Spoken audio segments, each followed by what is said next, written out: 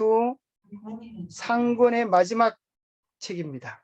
네, 이제 대쟁투 다음 주부터는 대쟁투 학원에 들어가게 됩니다.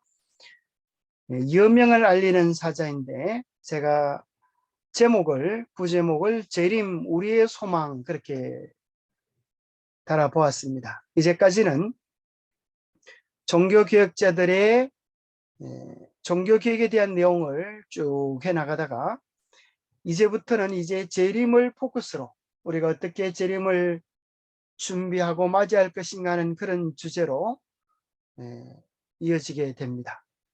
그래서 우리가 이번 과부터 좀 더 우리가 더 많은 관심과 마음을 모아서 우리가 연구를 하면 좋겠습니다. 여러분들이 또 공부를 하시면서 또 궁금한 것이 있거나 또 함께 나누고 싶은 은혜들이 있으면 언제든지 카톡에 또 혹은 또 여러분들이 여기 화면에 손 드는 게 있습니다. 손을 들고 여러분들의 의견들을 발표해 주셔서 함께 은혜를 나누는 시간이 되면 좋겠습니다. 자, 구약과 신약의 초점을 우리 이렇게 정리한 것을 여러분 한번 보셨죠?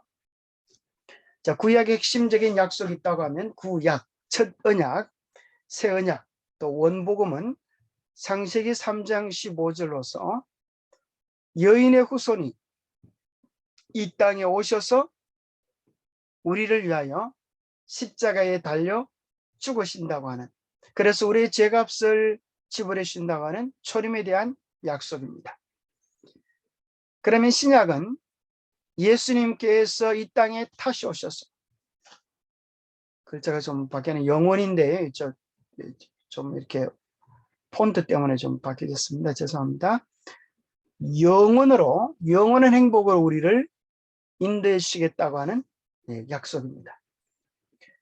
그래서 구약은 초림이고 내용은 죄로부터의 구원이라고 한다면 신약의 중심 내용은 재림이고 우리를 죄악 세상으로부터 우리를 구원하여서 다시는 아픔과 고통과 눈물이 없는 세상으로 우리를 인도해 주시겠다고 하는 우리 주님의 약속입니다. 그래서 성경 전체의 중심절을 잡는다면 요한복음 5장 39절, 내가 성령에서 영생을 얻는 줄 생각하고 성경을 상고하거니와, 이 성경이 곧 예수님에 대하여 증거하는 것입니다.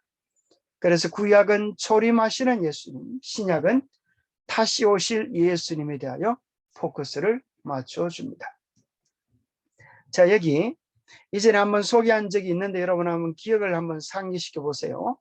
성경에 나오는 아주 가장 중요한 숫자 중에 하나입니다. 자, 300, 또 3000, 1000, 곱하기 2, 곱하기 8. 여러분 무슨 소리인지 혹시 생각나시는 분 계십니까? 한번 손을 들으면 여러분들에게 의견을 발표할 수 있는 기회를 드리겠습니다. 뒷문제 자면 혹시 감이 잡힙니까?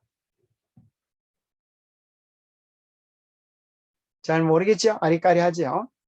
자, 이 300이라고 하는 숫자는 신약 성경에 예수님의 재림에 대하여 언급한 구절입니다. 3000은 신구약 성경에 직접적으로 재림에 대하여 언급한 내용이고, 1000이라고 하는 것은 간접적으로 신구약 성경에 재림에 대하여 언급한 내용이고, 곱하기 2는 구원에 대하여, 구속에 대하여 한 번 이야기했다고 하면 재림에 대해서는 2번, 곱하기 8은 뭘까요? 초림에 대하여 한 번 얘기했다고 하면 재림에 대해서는 8번 이야기하고 있다. 그러니까 성경 전체에서 이 재림에 대한 기별이 얼마나 중요하고 얼마나 자주 이야기하는가 하는 내용을 이렇게 설명합니다. 이 숫자에 대한 연구는 오스카 롤이라고 하는 분이 이렇게 연구했는데요. 이렇게 설명해 주고 있습니다. 그리스도의 재림은 신약 성경 가운데 300번 이상 기재되었다. 마태복음에서 요한계시록까지의 평균 25절마다 한 절은 예수님의 재림을 말하였다. 예수의 재림을 직접적으로 예언한 것이 신구약 성경을 통하여 3000번 이상이 있다. 그리고 간접적으로 말한 것은 성경 전체에 1000번 이상이나 된다.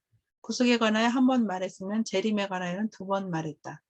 예수의 초림을 한 번 말했으면 재림에 관하여는 8번이나 말했다.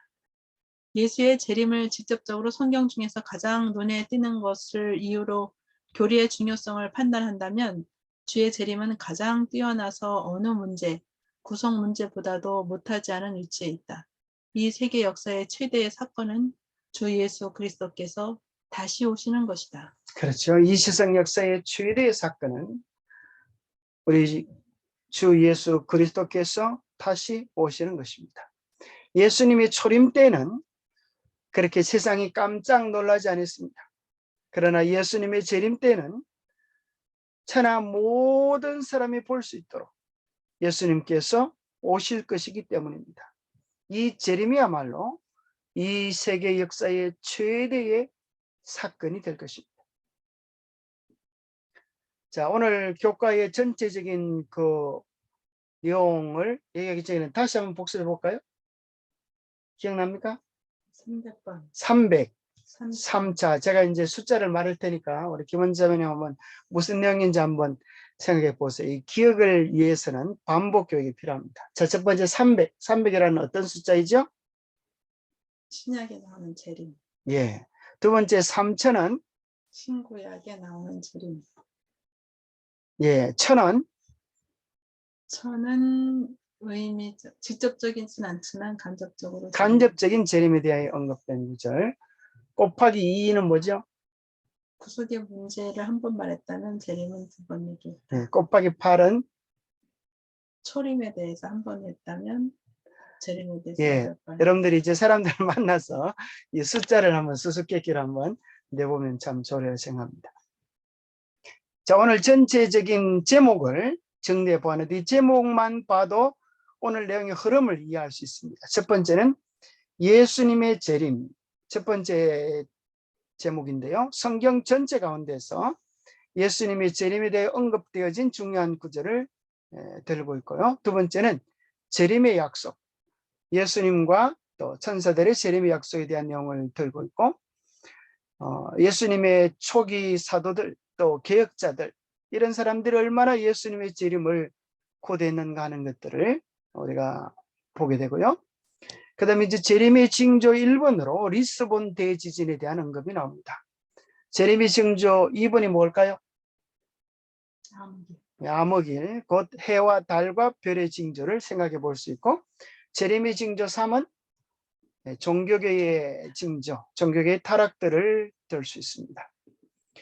그리고 나오는 것은 이제 재림과 하나님의 경고, 이 세상의 또 타락에 대하여 하나님께서는 어떻게 이 백성을 깨우시고 재림을 위하여 준비시킬 것인가. 그것이 계시록 14장에 나와 있는 세천세 기별을 통하여 언급해 주고 계십니다.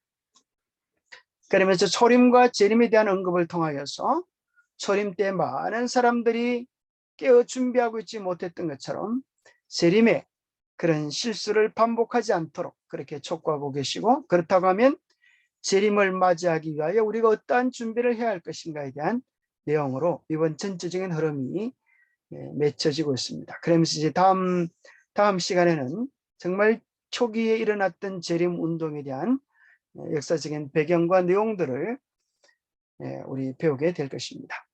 자, 1번 문제입니다. 성경에 게시된 가장 엄숙하고 영광스러운 진리 가운데 하나는 구원의 위대한 사업을 완성하기 위한 그리스도의 재림에 관한 진리이다. 자, 성경에 게시된 가장 엄숙하고 영광스러운 진리라 그랬죠. 자, 이것이 왜 가장 엄숙한 진리가 될까요? 모든 사람의 운명이 결정되는. 그죠? 모든 사람의 영원한 구원과 멸망이 결정되어지기 때문에 엄숙하고 영광스러운 진리가 되는 이유는 거죠. 정말 예수 그리스도의 재림처럼 우리에게 영광스러운 진리란 또 없겠죠. 우리가 그리스도의 이름으로 냉수한 그릇 대접한 것까지라도 하나님은 기억해 주시고 우리의 눈물을 기억해 주시고 수고와 슬픔을 기억해 주시고 우리에게 하늘의 영광스러운 상급을 더해 주실 정말 영광스러운 진리가 이것입니다. 뿐만 아니라 이것은 구원의 위대한 사업을 완성하는 것입니다. 우리 마음속에 시작된 선한 일을 시작하신 주님께서 이제 이 사업을 재림으로 완성하셨습니다. 어떤 사람은 예수 그리스도의 성품을 닮은 하나님의 온전한 백성으로 그 창고에 거두어지게 될 것입니다. 얼마나 놀랍습니까? 구원의 위대한 사업의 완성이 재림입니다. 그래서 우리가 어떤 성경의 내용보다도 재림에 대하여 더 많이 연구하고 또 준비하고 하는 것은 우리 개인의 운명을 결정짓는 중대한 일이라고 해도 과언이 아닐 것입니다. 재림의 교리는 바로 성경의 근본적 주제이다. 인류의 시조 아담과 하와가 에덴 동산에서 슬픈 발걸음을 돌이킨 후부터 믿음의 자녀들은 파괴자의 세력을 깨뜨리고 잃어버린 나원을 다시 회복시켜줄 언약의 구주가 나타나기를 고대해왔다. 옛날의 성도들도 그들의 희망의 성취로서 영광의 메시아가 나타나기를 고대해왔다. 예, 아담과 하와가 타락하고 나서부터 그들을 구원할 구세주를 간절히 소망해 왔었습니다. 에덴 낙원에 거하던 시조로부터 불과 7대의 자손에 해당하며 300년 동안 하나님과 동행했던 에녹은 오랜 후에 있을 구주의 재림을 바라볼 수 있는 특권을 받았다. 그는 보라, 주께서 그 수만의 거룩한 자와 함께 임하셨으니 이는 무사람을 심판하사라고 말하였다. 또 족장 욥은 그가 고통을 당하던 밤에 자신의 확고한 신앙을 다음과 같이 말하였다. 자, 우리 교과에 보면 모두셀라가, 그죠? 모두셀라가 누구를, 말을 끌고 그랬네. 죄송합니다. 에녹이 누구를 낳고 나서 하나님과 동행하게 되었다고요? 아들 누구 이름? 모두셀라를 낳고 나서, 여러분 성경은 그렇게 나와 있습니다. 모두셀라를 낳고 나서 하나님과 동행하게 되어지는데, 모두셀라의 이름의 뜻을 생각해 보면 왜 그때부터 에녹이 하나님과 동행하게 되었는지에 대한 어떤 단서를 찾을 수 있다고 생각합니다. 모두셀라 이름의 뜻이 뭐였죠? 심판이 시작된다. 네, 이 사람이 죽으면 심판이 시작된다. 그러니까 이제 에녹은 무엇을 반응하면 재림에 대한 계시와 또 홍수에 대한 심판을 바라본 것입니다. 그래서 그 아들의 이름을 모두셀라라고 지으면서 이 아이가 죽으면 심판이 온다, 노홍수가 오는 것을, 여러분 그 숫자를 계산해 보면 정확하게 일치하는 것을 발견하게 됩니다. 그래서 에녹이 하나님과 300년 동안 동행했던 비결 가운데 한 가지는, 그는 날마다 그의 인생이 주의 재림을 맞이하는, 오늘이 그의 마지막 날 같은 엄숙함과 진지함 속에서 우리의 주의 오심을, 심판날을 바라보며 살아가지 않았나, 그 이름 속에서 추정해 볼 수 있는 것입니다. 어찌 보면 이 세상이나 그 당시의 세상도 죄에 대한 유혹들은 찬란한 것입니다. 그러나 한번 생각해 보십시오. 예수님께서 이 모든 것을 심판하신다고 생각하면 무엇이 가치가 있고 무엇이 의미가 있는지가 명확하게 되어지지 않습니까? 이 세상의 모든 화려한 유혹들은 다 가짜에 지나지 않고 정말 주님께서 우리에게 주실 영원한 하늘이야말로 우리에게 영원한 진짜일 수밖에 없는 것입니다. 그래서 예수님의 재림에 대한 기별을 외쳤던 사람은 신약 시대뿐 아니라 구약에 있는 에녹, 그죠? 에녹에 대한 이야기도 오늘 본문 속에서 이야기해 주고 있습니다. 뿐만 아니라 시편에서 또 선지자들의 글에서 예수님의 재림에 대한 무수히 많은 글들을 발견하게 됩니다. 의의 시대를 돌이켜야 할 그리스도의 재림은 성경의 기자들이 가장 장엄하고 숭고한 말로써 그 사건을 표현하도록 감동을 주었다. 성경에 나오는 시인들과 선지자들은 하늘의 뜨거운 불로 그 마음들이 감동되어 재림을 노래하고 말하였다. 예, 시편 선지자들 그들 속에 심판의 날을 이야기하고 여호와의 날을 이야기하고 그 모든 것들은 재림에 대한 포커스를 두고 있습니다. 시편 기자는 이스라엘의 왕으로 오시는 이의 권능과 위엄을 노래하였다. 온전히 아름다운 시온에서 하나님이 빛을 발하셨도다. 우리 하나님이 임하사 잠잠치 아니하시니 하나님이 그 백성을 판단하시려고 위 하늘과 아래 땅에 반포하여 하늘은 기뻐하고 땅은 즐거워하며 저가 임하시되 땅을 판단하려 임하실 것입니다. 저가 의로 세계를 판단하시며 그의 진실하심으로 백성을 판단하시리로다. 예, 시편에 있는 기자들은 바로 심판하기 위하여 오시는 하나님에 대한 그런 노래를 했습니다. 또 선지자 이사야는 다음과 같이 말을 했습니다. 태끌에 거하는 자들아 너희는 깨어 노래하라. 주의 이슬은 빛난 이슬이니 땅이 죽은 자를 내어 놓으리로다. 주의 죽은 자들은 살아나고 우리의 시체들은 일어나리이다.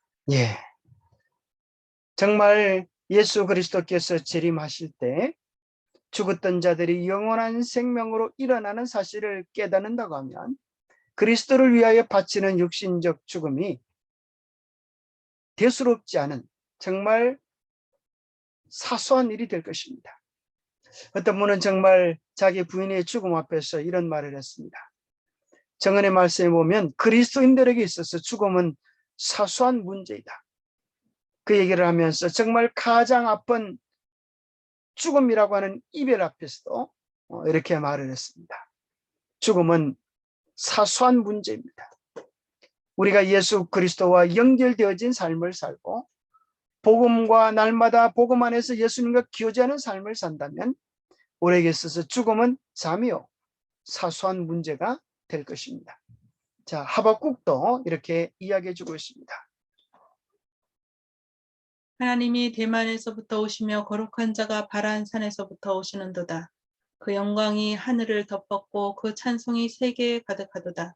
그 광명이 햇빛 같고 그가 서신즉 땅이 진동하며 그가 보신즉 열국이 전율하며 영원한 산이 무너지며 무궁한 작은 산이 엎드러지나니 그 행하심이 예로부터 그러하시도다. 네, 하나님의 그 영광의 영원한 광채 앞에 감당하지 못하는 그러한 세상의 모습을 이야기해 주고 있습니다. 자, 재림에 대한 약속에 대한 내용을 우리 주님께서 하늘로 올려 가시기 전에 제 아들에게 그렇게 하셨습니다. 여러분 다 외우실 수 있죠? 같이 한번 외워보겠습니다. 요한복음 14장 1절에서 3절 재림의 약속 한번 해보겠습니다. 시작. 너희는 마음에 근심하지 말라. 하나님을 믿으니 또 나를 믿어라. 내 아버지 집에 갈 곳이 많도다. 그렇지 않으면 너희에게 일렀으리라.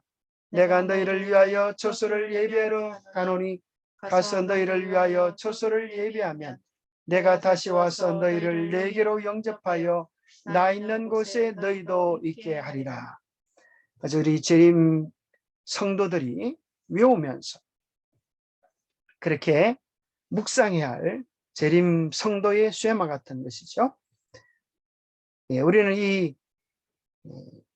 여기 보면 예수님께서 처소를 예비하러 가노니 가서 너희를 위하여 처소를 예비하면 내가 다시 와서 너희를 내게로 영접하겠다 하는 이 내용은 이스라엘의 풍속에 빗대어서 그렇게 이야기하는 것입니다. 그래서 이제 약혼을 하고 신랑이 이제 신부를 위하여 집을 예비하고 집을 다 예비한 다음에 이제 신랑이 신부 집에 와서 신부를 데리고 준비된 처소로 가는 것입니다. 그와 같이 하나님께서 하늘에서 우리를 위하여 처소를 예비해 놓으시고 우리가 살 집의 문패에 우리의 이름을 다 기록해 놓으셨을 것입니다. 그럼 우리는 신부가 신랑을 기다리는 마음으로 예수님의 재림을 고대하고 준비하겠습니다. 인자가 자기 영광으로 모든 천사와 함께 올 때에 자기 영광의 보좌에 앉으리니 모든 민족을 그 앞에 모으리라. 그리스도께서 승천하신 후에 감람산 위에 머물러 있던 천사들은 제자들에게 주님께서 다시 오실 것을 거듭 되풀이하여 말하였다. 갈릴리 사람들아 어찌하여 서서 하늘을 쳐다보느냐. 너희 가운데서 하늘로 올리우신 이 예수는 하늘로 가심을 본 그대로 오시리라. 정말 감동적인 말씀이죠. 하늘로 올리우신 이 예수는 하늘로 가심을 본 그대로 다시 우리가 볼 수 있도록 우리 주님께서 다시 오실 것입니다. 또 사도 바울, 사도 요한도 이렇게 이야기했습니다. 주께서 후련과 천사장의 소리와 하나님의 나팔로 친히 하늘로 쫓아 강림하시리라.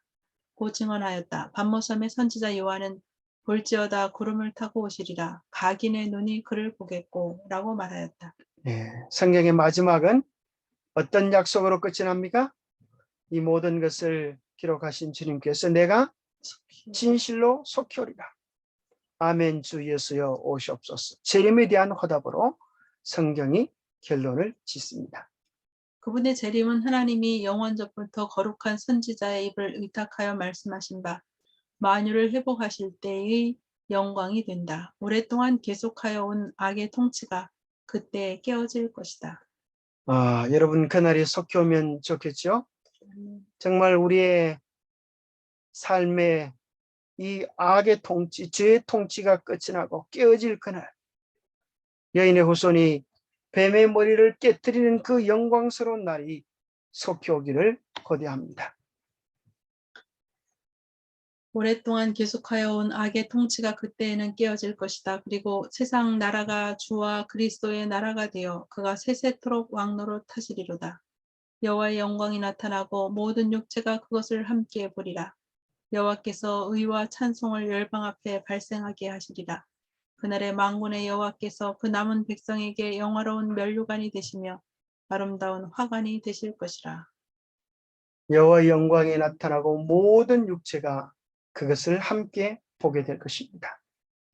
무엇이 하나님의 남은 백성들에게 면류관이 되고 화관이 된다고요? 요 만군의 여호와께서 우리의 자랑이 아니라 우리의 의가 되시는, 우리의 구원이 되시는 주님께서 우리의 면류관이요 우리의 화관이 되실 것입니다. 우리는 주님의 베푸신 그 귀한 은혜 가운데서 하나님의 온전한 백성으로 설 수 있게 될 것입니다. 대전하 여호와가 시온을 위로하되 그 모든 황폐한 곳을 위로하여 그 광야로 에덴 같고 그 사막으로 여호와의 동산 같게 하였나니 레바논의 영광과 갈멜과 사론의 아름다움을 얻을 것이라. 다시는 너를 버리온 자라 칭하지 아니하며 다시는 내 땅을 황무지라 칭하지 아니하고 오직 너를 헵시바라 하며 내 땅을 뷸라라 하리니 마치 청년이 처녀와 결혼함 같이 내 하나님이 너를 기뻐하시리라. 참 귀한 사랑이죠. 청년이 처녀와 결혼함 같이 우리를 영원한 주님의 사랑의 대상으로 안으시고 품으시고 사랑해 주시겠다고 하시는 것입니다. 참으로 엄청난 영광이요 축복이 아닐 수 없습니다. 그리스도의 재림은 각 시대를 통하여 하나님의 자녀들의 희망이 되어 왔다. 구주께서 감람산에서 이별하시면서 다시 오시겠다고 하신 재림의 약속은 제자들의 미래를 밝혀주었고 어떤 슬픔도 빼앗아갈 수 없고 어떤 시련도 흐리게 할 수 없는 기쁨과 희망으로 그들의 마음을 충만하게 하여 주었다. 박해와 시련 중에서도 크신 하나님, 우리 구주 예수 그리스도의 영광이 나타나심이 복된 소망이 되었다. 우리에게 정말 재림은 어떤 슬픔도 빼앗아갈 수 없는 기쁨입니까? 어떤 시련도 흐리게 할 수 없는 희망입니까? 정말 우리가 예수님의 재림을 깊이 사모하면서 그 영광을 묵상할 때에 우리에게 어떤 슬픔도 시련도 고난도 이길 수 있는 힘이 재림을 통하여 오게 될 것입니다. 4번입니다. 한번 읽은 건데요. 구주께서 감람산에서 이별하시면서 다시 오시겠다고 하신 재림의 약속은 제자들의 미래를 밝혀주었고 어떤 슬픔도 빼앗아갈 수 없고 어떤 시련도 흐리게 할 수 없는 기쁨과 희망으로 그들의 마음을 충만하게 하여 주었다. 4번에 다시 반복되고 있네요. 감사합니다. 자, 그 다음 이제 개혁자와 재림신앙, 우리 종교개혁자들은 어떻게 주의 재림을 고대했는지 한번 살펴보겠습니다. 험준한 바위들로 이루어진 반모섬의 귀향을 간 사랑하는 제자 요한은 내가 진실로 속히 오리라는 주님의 약속을 받았다. 그는 그 말씀을 듣자 주 예수여 오시옵소서라고 대답하였는데 그 말은 오랫동안 순례 생활을 해온 교회의 간절한 기도이기도 하다. 복중에서 화영주에서 교수대에서 성도들과 순교자들이 진리를 증거한 곳에서 그들의 믿음과 소망의 말들은 여러 세기에 걸쳐 전해지고 있다. 네, 얼마나 많은 믿음의 사람들이 옥중에서, 화영주에서, 교수대에서, 선교자의 자리에서 우리 주의 영광스러운 재림을 고대했을까요? 그들은 그들 중에 어떤 그리스도인의 말과 같이 그리스도의 부활을 확신하였고 따라서 재림 시에 자기들도 부활할 것을 확신하였으므로 죽음을 대수롭지 않게 여기고 이것을 초월하게 되었다. 그들은 부활할 것이었으므로 즐거운 마음으로 무덤에 들어갔다. 그들은 주께서 아버지의 영광으로 하늘 구름을 타고 오사 거룩한 나라에 인도하여 들이실 때를 바라보았다. 예, 죽음을 대수롭지 않게 대수롭지 않게 여기고 이것을 초월했다. 초월하는 믿음. 그것은 재림을 바라보는 그런 믿음입니다. 부활의 확신. 예, 옛날에 제가 어느 교회에 있을 때 우리 장로님 성함이 강대수였습니다. 대수롭지 않게 이거는 그 믿음 하니까 이 대수가 생각이 나는 것 같습니다. 예, 죽음을 대수롭지 않게 여기고 이것을 초월하는 그런 믿음. 마치 부활할 약속을 믿으면서 즐거운 마음으로 정말 순교자의 자리에 들어가는 믿음의 선배들의 모습은 얼마나 놀라운 것이었습니까? 자, walden서 신앙인들도 또 위클리프도 루트도 재림에 대한 소망을 가지고 있었습니다. 루터는 다음과 같이 주장하였다. 나는 심판의 날이 앞으로 300년이 못 되어서 올 것으로 확신한다. 하나님께서는 이 사악한 세상을 더 이상 오래 참지 않으실 것이다. 참을 수도 없으실 것이다. 이 가증한 나라가 전복될 큰 날이 다가오고 있다. 예, 그 숫자가 맞나 틀리냐 그것보다 더 중요한 것은 그런 정신을 가지고 예수님의 재림이 임박할 것을 생각하면서 기억자들이 그렇게 살고 헌신했다고 하는 것입니다. 멜라니토는 이 낡은 세상은 그 끝이 멀지 않았다고 말하였다. 칼빈은 그리스도인들에게 그리스도의 오시는 날을 모든 사건들 중에서 가장 기쁜 사건으로 주저하지 말고 고대하라고 권면하고 모든 충실한 가족들은 그날을 고대할 것이다라고 역설하였다. 그리고 우리는 우리 주님께서 당신의 나라의 영광을 완전히 나타내시는 그 큰 날이 밝아오는 것을 볼 때까지 그리스도를 사모하고 명상하기를 줄인 것처럼 해야 한다고 말하였다. 예, 여기 보니까 참 표현이 간절하죠? 우리 소년이 일어나면은 먹을 것 좀 이렇게 육신적인 양식에 줄이는데 우리가 재림을 사모하는데 재림을 명상하면서 그리스도를 사모하고 명상하는데 우리가 목순이가 되어야 되겠습니다. 그리스도를 닮고 앙망하고 더 나타나기를 우리가 줄인 것처럼 허기진 것처럼 그렇게 열망하면 정말 좋겠죠? 스코틀랜드의 개혁자 녹수는 우리 주 예수님께서는 우리와 같은 육신을 입으시고 하늘로 가지 않으셨는가? 그리고 다시 오실 것이 아닌가? 우리는 그분께서 돌아오시되 속히 돌아오실 것을 믿는다. 진리를 위하여 생명을 버린 리들리와 레티머도 주님의 다시 오심을 믿음으로 기다렸다. 예, 수없이 많은 믿음의 선배들은 예수님이 다시 오심을 고대하고 기다렸습니다. 리들 예, 리들리는 기록하였다. 나는 그 사실을 믿고 있으므로 말한다. 세상은 확실히 종말에 가까워지고 있다. 우리는 하나님의 종 요한처럼 충심으로 우리 구주 그리스도를 향하여 오시옵소서, 주 예수여 오시옵소서라고 부르짖어야 한다. 예, 우리 외국에 있는 믿음의 선배들뿐 아니라 우리 한국에도 특별히 일제시대 때 참으로 얼마나 많은 사람들이 간절히 주의 재림을 기다렸습니까? 우리 사랑의 원자탄으로 알려진 우리 손양은 목사님, 그분은 주님의 고대가라고 하는 정말 아름다운 노래를 지어서 참으로 주님을 간절히 사모했죠. 낮에나 밤에나 눈물 머금고 우리 주님 오실 날만 고대합니다. 참으로 순교적인 신앙, 아름다운 신앙을 살았던 많은 사람들의 가슴 속에는 재림을 향한 간절한 소망이 불타오르고 있었습니다. 박스터는 말하였다. 주님께서 다시 오신다는 생각은 나에게 가장 큰 기쁨이요 즐거움이다. 그분의 나타나심을 사모하고 그 복된 소망을 바라보는 것이 성도들의 특권이요 믿음이다. 특성이요 믿음이다. 부활할 때 멸망되어야 할 최후의 원수가 사망이 되어야 한다면 우리는 사망이 완전히 정복당하게 될 그리스도의 재림을 참으로 열렬하게 바라고 그 일을 위하여 기도해야 할 것을 깨닫게 될 것이다. 예, 사망이 완전히 정복당하는 날, 사망이 사망하는 날, 그것은 그리스도의 재림의 날입니다. 이 날은 마땅히 모든 신자들이 사모하고 바라고 기다려야 할 날이다. 왜냐하면 그날은 그들의 구속을 위한 모든 사업과 그들의 영혼의 모든 소원과 노력이 성취되는 날이기 때문이다. 오 주여, 그 복된 날이 속히 이르게 하소서. 그 말은 사도 시대의 교회와 광야의 교회와 종교 개혁자들의 한결같은 소망이었다. 정말 감동적이죠? 왜 우리가 그날을 고대하며 기다려야 하는가?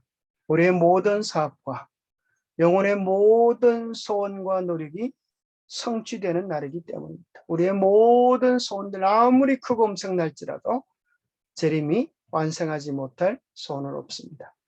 그래서 우리는 오 주여 그 복된 날이 속히 이르게 하소서. 그런 간절한 열망을 우리 마음속에서 가지고 준비할 때 우리는 순결한 신앙, 준비되는 신앙으로 설 수 있게 될 것입니다. 자, 재림의 징조 리스본 대지진 한번 5분 문제입니다. 예언은 그리스도의 재림의 목적과 광경을 말해줄 뿐만 아니라 그 사건이 가까이 오고 있다는 것을 사람들에게 알려주는 징조도 나타내준다. 예수께서 또한 1월 성신에는 징조가 있겠고 해가 어두워지며 달이 빛을 내지 아니하며 별들이 하늘에서 떨어지며 하늘에 있는 권능들이 흔들리리라. 그때 인자가 구름을 타고 큰 권능과 영광으로 오는 것을 사람들이 보리라고 말씀하셨다. 예, 사실 이제 1월 성신, 해달 별의 징조에 대한 내용은 신약 성경에 기록되어져 있을 뿐 아니라 창세기 1장에 보면 하나님께서 태양을 만드실 때 뭐라고 나오는가 하면 창세기 1장 14절에 보면 그것들로 징조와 계절과 날과 해를 이루게 하리라. 징조라고 하는 것이 나옵니다. 하나님께서 처음부터 태양을 창조하실 때부터 징조에 대한 도구들로 해와 달과 별들을 사용하실 것을 말씀해 놓고 계십니다. 요한계시록의 기자인 요한은 재림 전에 나타날 첫째 징조로 큰 지진이 나며 해가 총남같이 검어지고 온 달이 피같이 되며 라고 기록하였다. 이 징조들은 19세기가 시작되기 전에 나타났다. 그 예언의 성취로서 1755년에 일찍이 기록된 것 중에서 가장 무서운 지진이 일어났다. 일반적으로 리스본 대지진이라고 알려져 있지만 그 범위는 유럽의 많은 부분과 아프리카와 미국에까지 확대되었다. 자, 영국 리스본의 지진이라고 알려져 있지만 그 범위는 엄청나다는 것입니다. 유럽과 아프리카, 미국까지 확대되어지는데 이것은 자 계시록 6장 12절에 언급되어진 내용이지만 이런 사건들은 하나님께서 그 시대를 깨우기 위하여 주셨을 뿐 아니라 마지막 시대가 되면 될수록 마치 해산하는 여인에게 고통이 이르는 것처럼 빈도와 강도가 더 세지게 될 것을 우리에게 보여주고 있습니다. 그것은 그린랜드와 서인도 제도와 마데이라도와 노르웨이와 스웨덴과 아일랜드에서도 감진되었다. 그것은 400만 평방마일의 지역에 미쳤다. 아프리카에는 유럽에서와 거의 같을 정도로 격렬한 진동이 있었다. 알지어즈는 많은 부분이 파괴되었다. 그리고 모로코에서 멀지 않은 마을, 인구 8천 내지 1만 미만 정도의 한 마을은 전부 함몰되고 말았다. 스페인과 아프리카 해안 일대에는 큰 해일이 일어나 많은 도시들이 휩쓸려 나갔고 큰 파멸이 일어났다. 지진이 가장 격심했던 곳은 스페인과 포르투갈이었다. 카디즈 시에는 밀려온 파도의 높이가 60피트나 되었다고 한다. 포르투갈의 가장 높은 산들 중에 어떤 것들은 바로 기초부터 격렬하게 흔들렸고 어떤 산들은 산꼭대기가 터져서 놀라운 모양으로 가까운 산골짜기로 거대한 땅덩어리가 무너져 내려왔다. 또 그런 산들로부터 불꽃이 솟구쳐 나왔다고 전해지고 있다.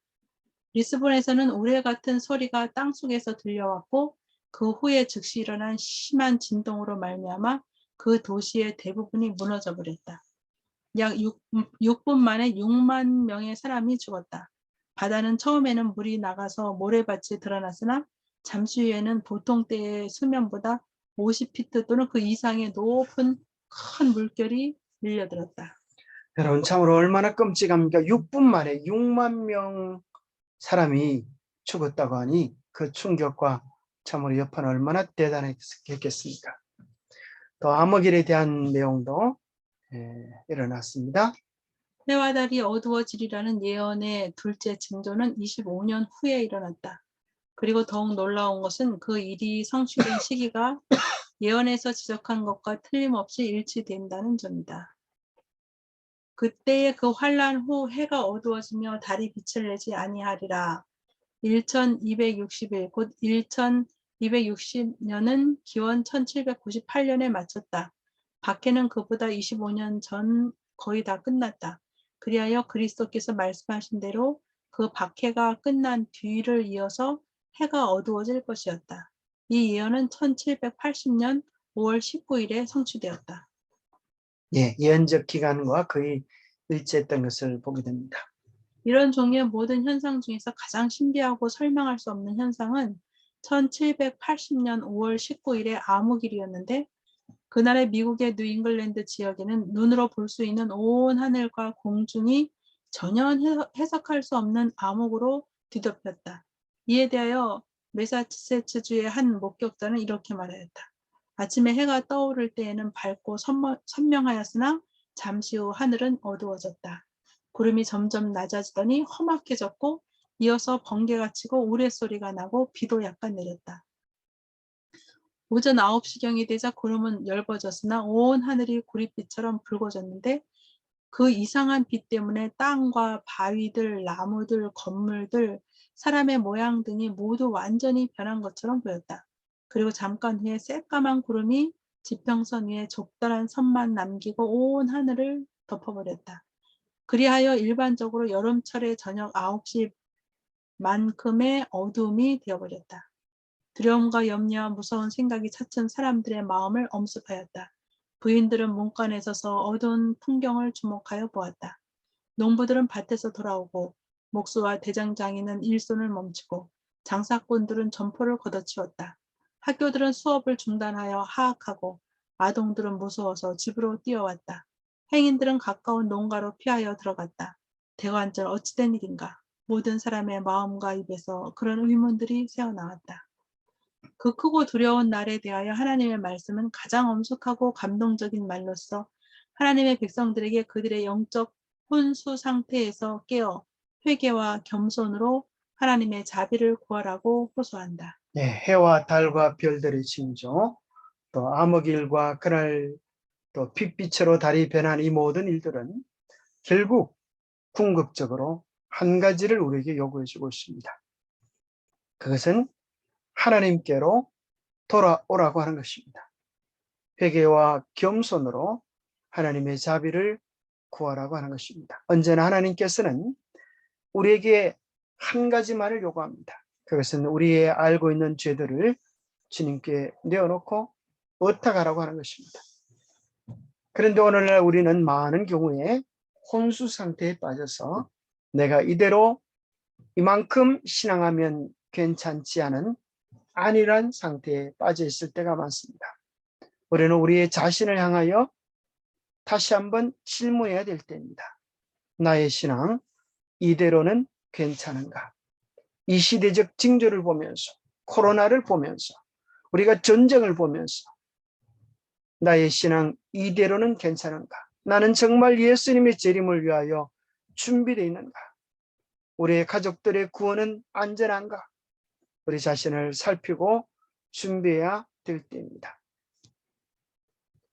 거룩한 금식일을 정하고 성회를 선고하고 백성을 모아 그 회를 거룩케 하고 장로를 모으고 소와 젖 먹는 자를 모으며 신랑을 그 방에서 나오게 하며 신부로 그 골방에서 나오게 하며 여호와께 수종드는 제사장들은 낭실과 단 사이에서 올라 너희는 이제라도 금식하며 울며 애통하며 마음을 다하여 내게로 돌아오라 하셨나니 너희는 옷을 찢지 말고 마음을 찢고 너희 하나님 여호와께로 돌아올지어다.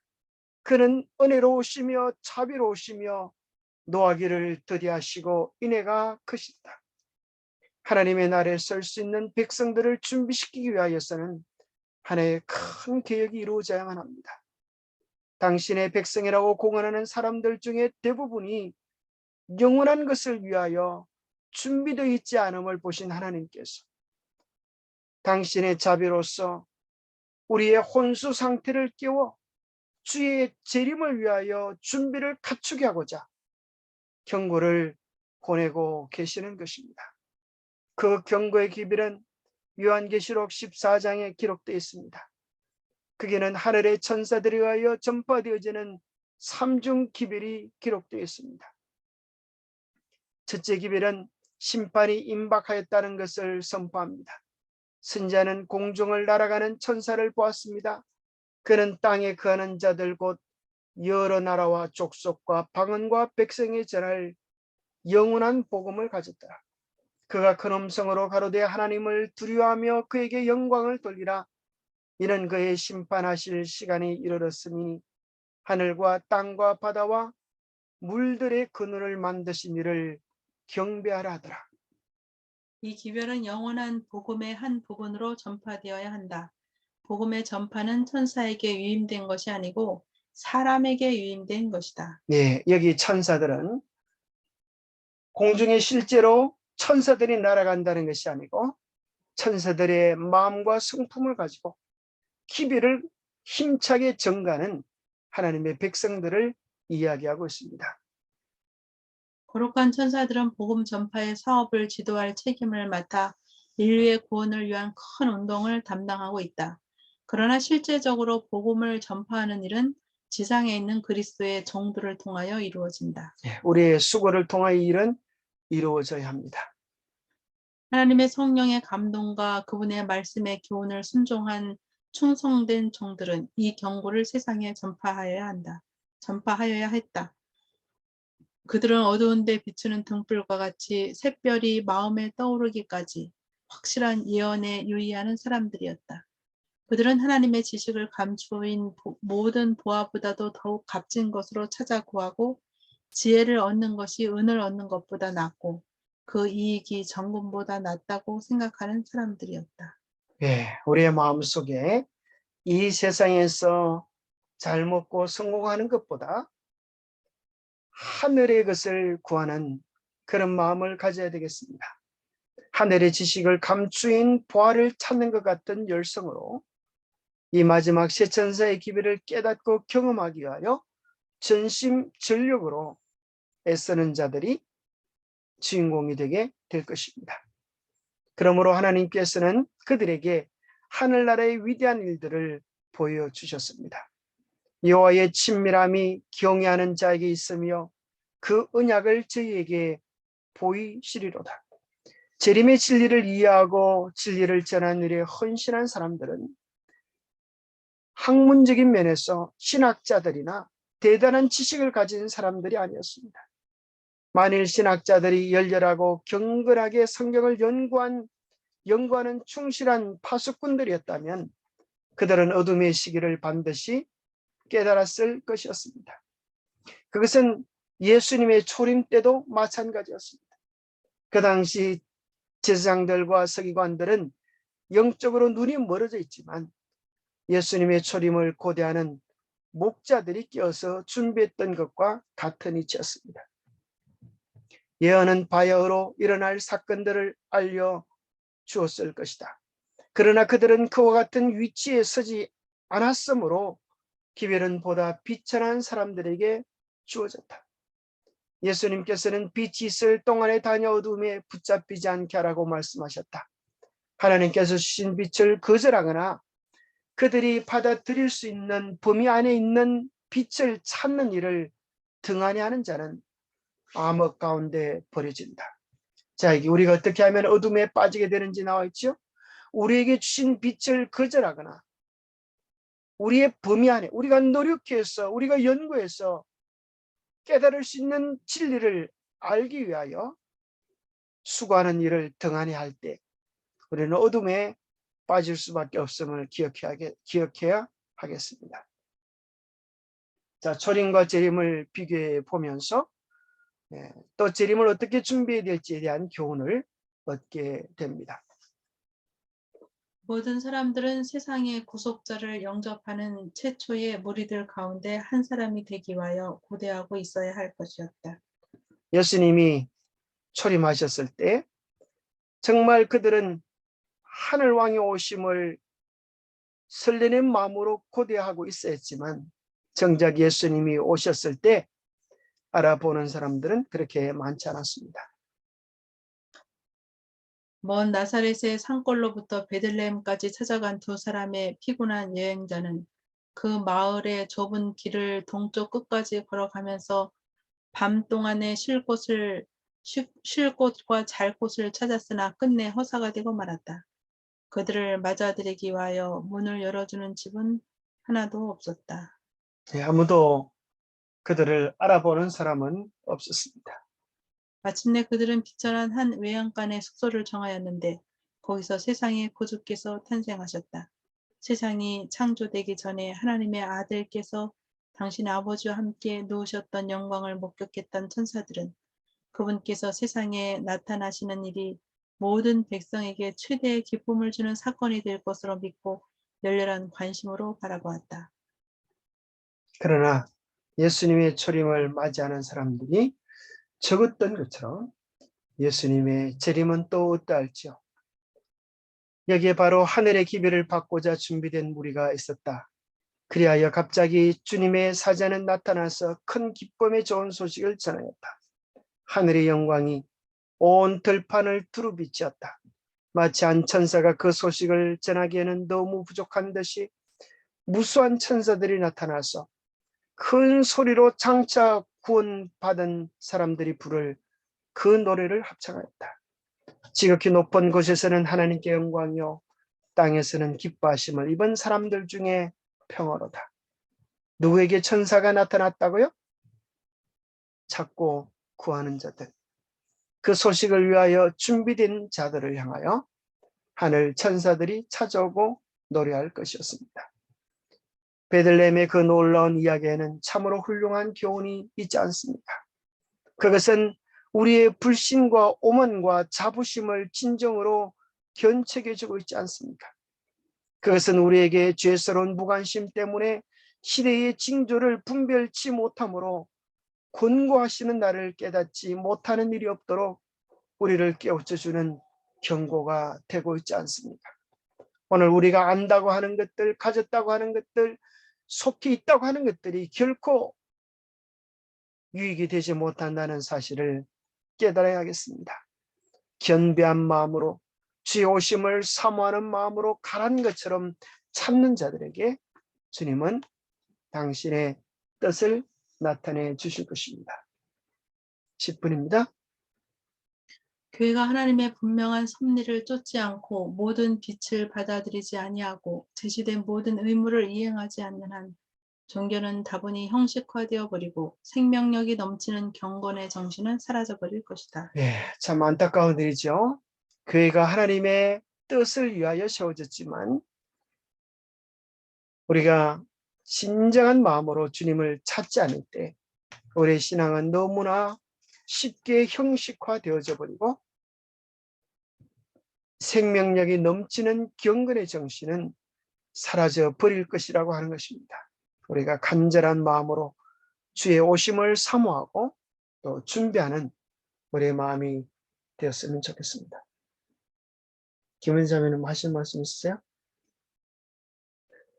네, 잠깐 기도하겠습니다. 하나님 아버지, 참으로 우리의 소망, 온 인류의 소망인 예수 그리스도의 재림을 바라보게 도와주시옵소서. 창세기부터 계시록까지 참으로 고통 속에서 어려움 속에서 울부짖었던 성도들의 기도의 간절한 제목이 우리 주의 오심이었습니다. 우리는 세상 역사의 마지막 그 엄숙하고 영광스러운 시대를 살아가고 있습니다. 예수님이 초림하셨을 때 정작 준비되고 예수 그리스도를 맞이한 사람이 지극히 적었습니다. 우리로 하여금 그러한 어리석은 처지에 빠지지 않도록 깨어 각성하며 주의 오심을 위하여 우리의 마음을 살피며 주의 말씀을 깊이 연구하여 참된 회개로 참된 경건의 부흥으로 우리의 마음과 우리의 신앙이 우리의 가족이 준비될 수 있도록 은혜 다하여 주시옵소서. 대쟁투의 말씀들을 참으로 읽으면서 우리의 깊은 영적 경험들이 주님께서 원하시는 수준으로 한 걸음 한 걸음 나아갈 수 있도록 도와주시옵소서. 오늘 우리가 당면한 이 문제들이 우리의 걸음을 붙잡지 못하게 하시고 오히려 이러한 문제들이 있기에 이 문제의 온전한 열쇠가 되어지는 주의 재림을 더욱 사모하고 앙망하고 준비하게 도와주시옵소서.